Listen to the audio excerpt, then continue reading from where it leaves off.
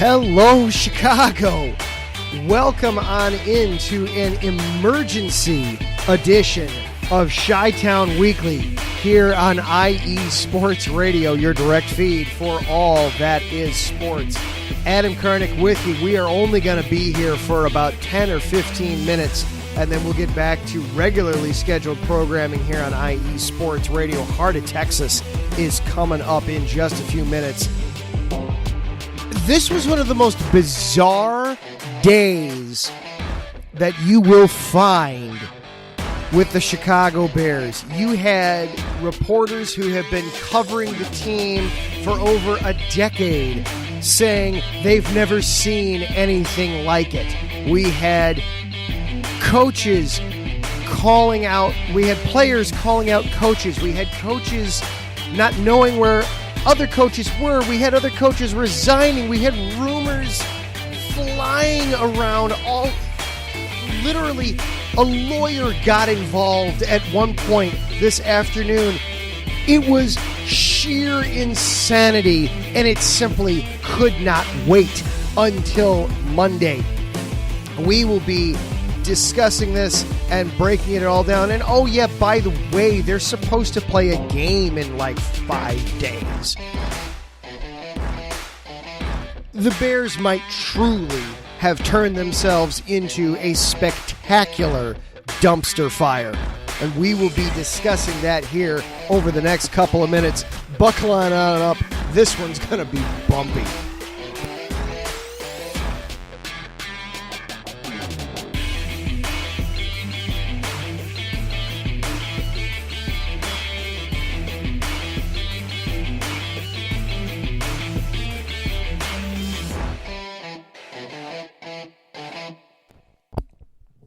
Hello and good evening, everyone. Once again, I am your host, Adam Karnick, here on an emergency edition of Chi-Town Weekly.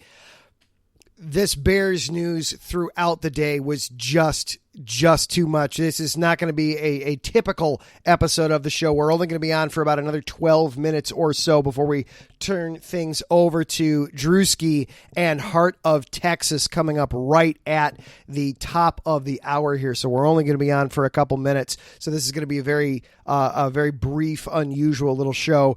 Short shout out to our sponsor here at IE Sports Radio, of course, Planet Jerky, premium brisket beef jerky. Check them out, planetjerky.net. The jerky that's on a whole other planet.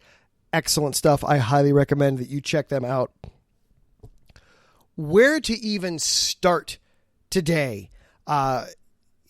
It's Wednesday, so of course Eberflus is always scheduled to do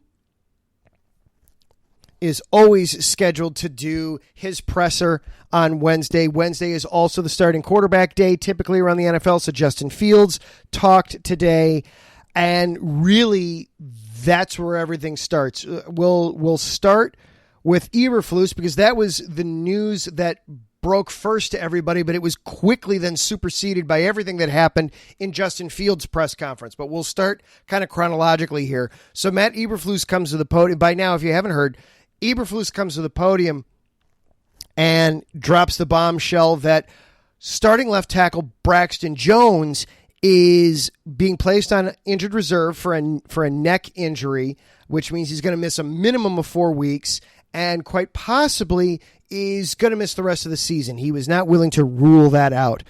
That in and of itself would normally be the headline.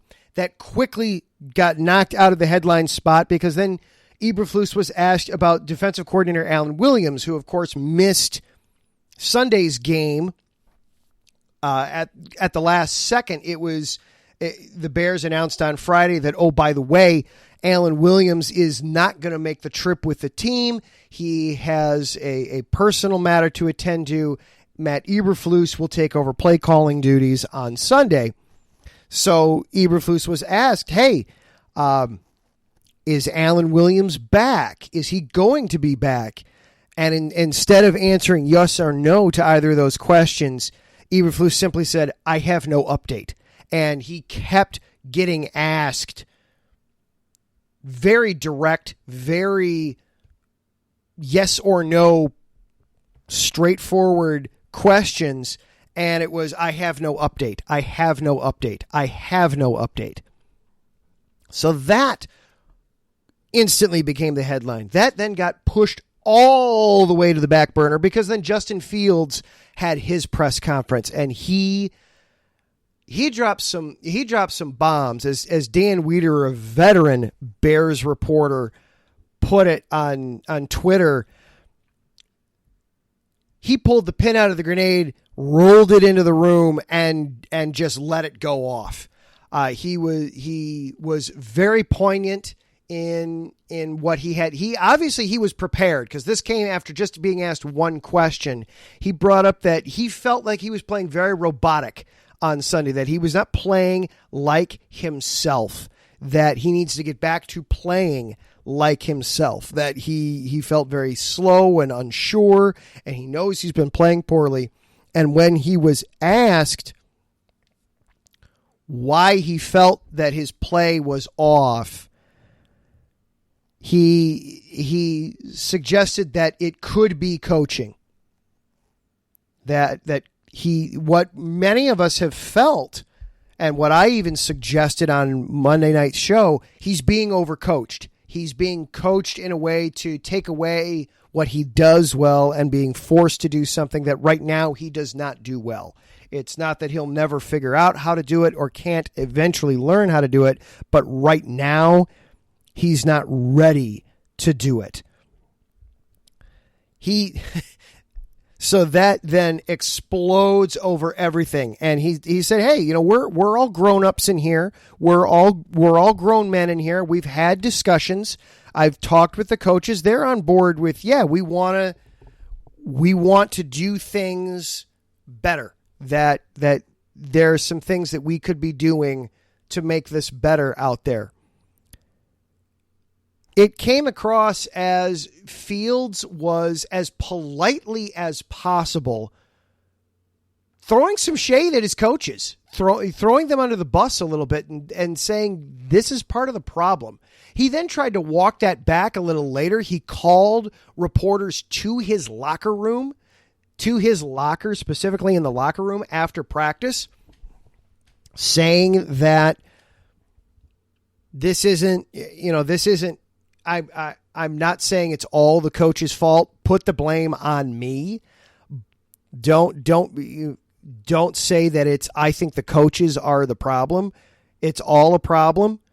He tried to walk it back a little bit, but it came off very plainly when he spoke that it's, look, I think that what I'm being asked what it came off as, he's been coached incorrectly.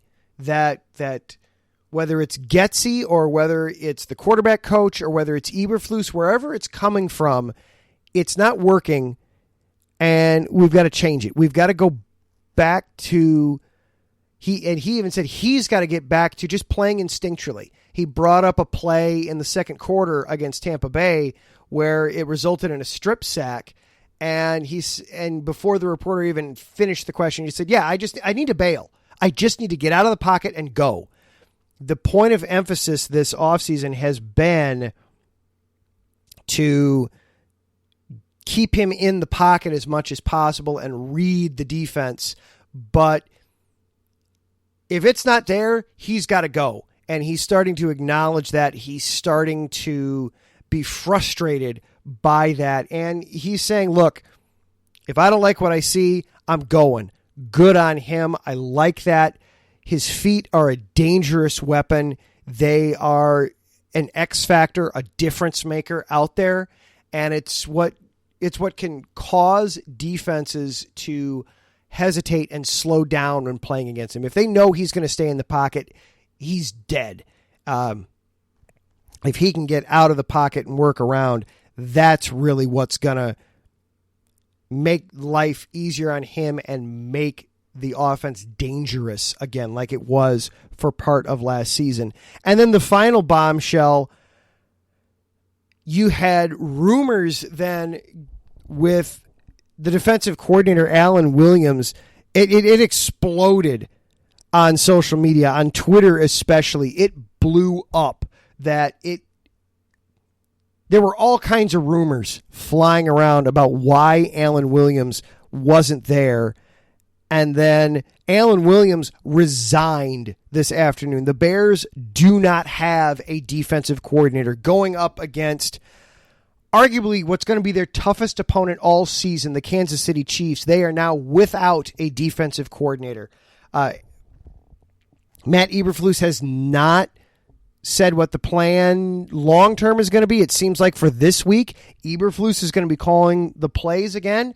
They have not announced what's going to happen in the interim basis, but the rumors, I don't even want to address the rumors because the rumors seemingly are just completely unfounded. So I don't even want to say what they were because it seems like there's nothing to back them up. But the rumors, suffice to say, the rumors were so bad that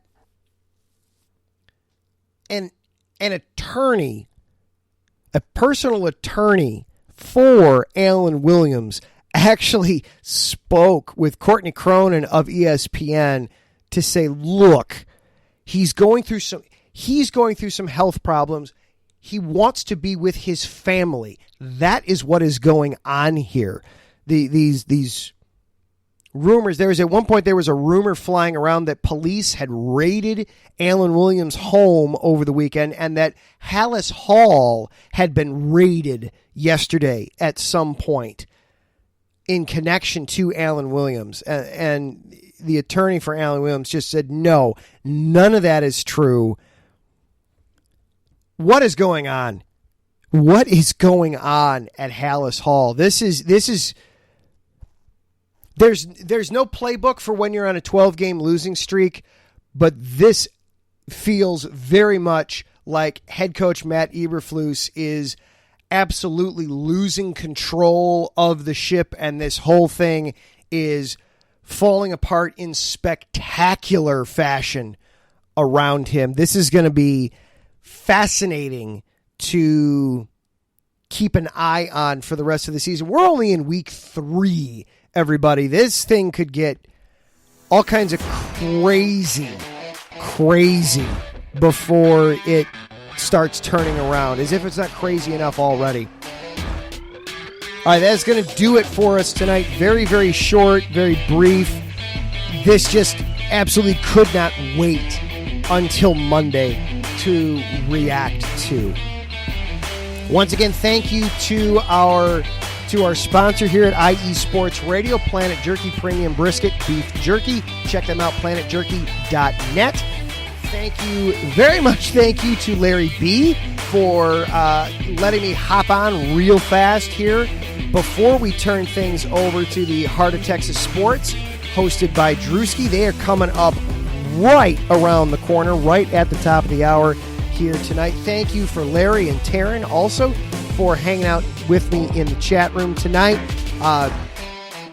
This episode will, of course, be up on Spreaker.com, Spotify, iHeartRadio, YouTube, all the ways that you get IE Sports Radio. This will be up there for you as well, since this got put together very much at the last second. Going to be very interesting come Monday. We will see what happens, fall out of all this, and will it make any difference against what is probably the toughest opponent on the Bears' schedule, and honestly, one of the best teams in the NFL, and the defending Super Bowl champions. They might be 1-1, but they are no slouch. All right, thank you very much for listening, whether it was live here very briefly on this Wednesday night or listening on the playback. I very much appreciate it. Thank you for your support of the show. Once again, coming up right after us, it's Heart of Texas Sports on IE Sports Radio. For IE Sports Radio, I am Adam Karnick. Everybody have a great night. We will talk to you on Monday. Bear down.